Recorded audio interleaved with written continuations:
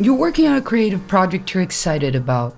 You start to gather some momentum, things are going well. But as a creative, you know that eventually you will hit a wall and get stuck. It happens with every project. It's an inevitable part of the process. You become blocked, and it's really hard to get out of this place. You start to doubt yourself. You get frustrated. You might even think about quitting the whole project. Hi everyone, I'm Teresa Neves, and today I want to share with you guys an idea I've come across with in a few books now.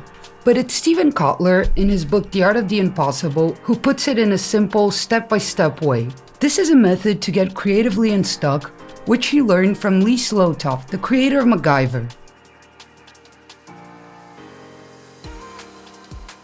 Write down your problem. It needs to be written down. Saying it out loud or telling someone is not enough. There's a relationship between the tactile experience of writing and memory, which is key. It works even better if you write it down by hand. Try to be as detailed as possible. Be clear about the goals you're trying to reach. Don't worry about the connective tissue. This will come later. You're not trying to find the answer to the problem in this step of the method. In her book, A Mind for Numbers, Barbara Oakley explains that whenever we're doing cognitive heavy loads, like learning or trying to create something, the brain switches between two distinct modes of thinking: focus thinking and diffuse thinking. In the focus mode of thinking, the prefrontal cortex is activated. This is the part of the brain responsible for logical, sequential, and analytical thinking. When you're concentrated, consciously targeting a specific problem, this is the mode of thinking you're using. It is like shining a very strong directional flashlight. The beam narrowly illuminates one specific thing. You can see what the light is pointing at clearly, but you can't see anything around it. In the first step of the MacGyver method, you're priming your brain, making it aware of the problem by actively concentrating on it.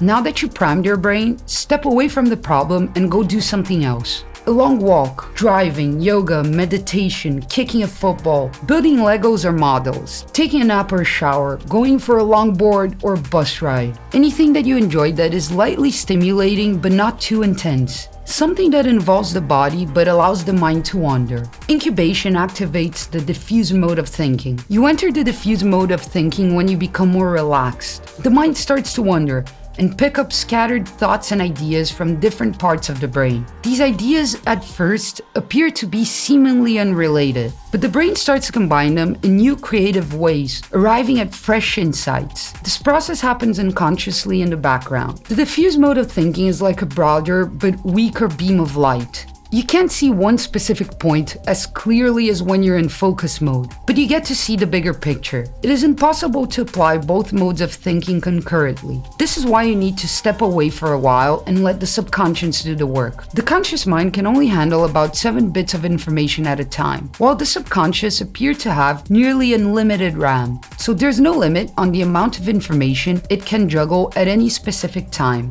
The subconscious is just a much better problem solver than the conscious mind, and you can leverage that to help you get unstuck. One important note: for this step, watching TV or scrolling social media doesn't work. This happens because during those activities, the visual cortex is too stimulated to let the diffuse mode of thinking take over.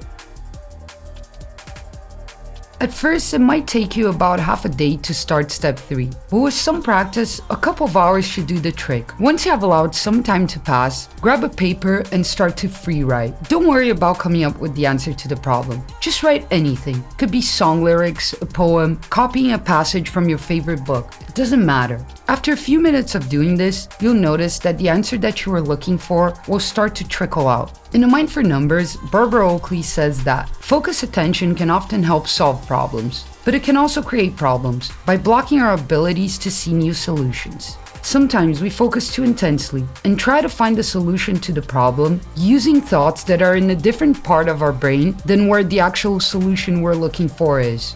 By knowing how our brain works, we can leverage both of its ways of thinking, the focus mode and the diffuse mode, to help us get unstuck and better deal with the challenges and frustrations of the creative process. Thanks for watching. See you in the next one.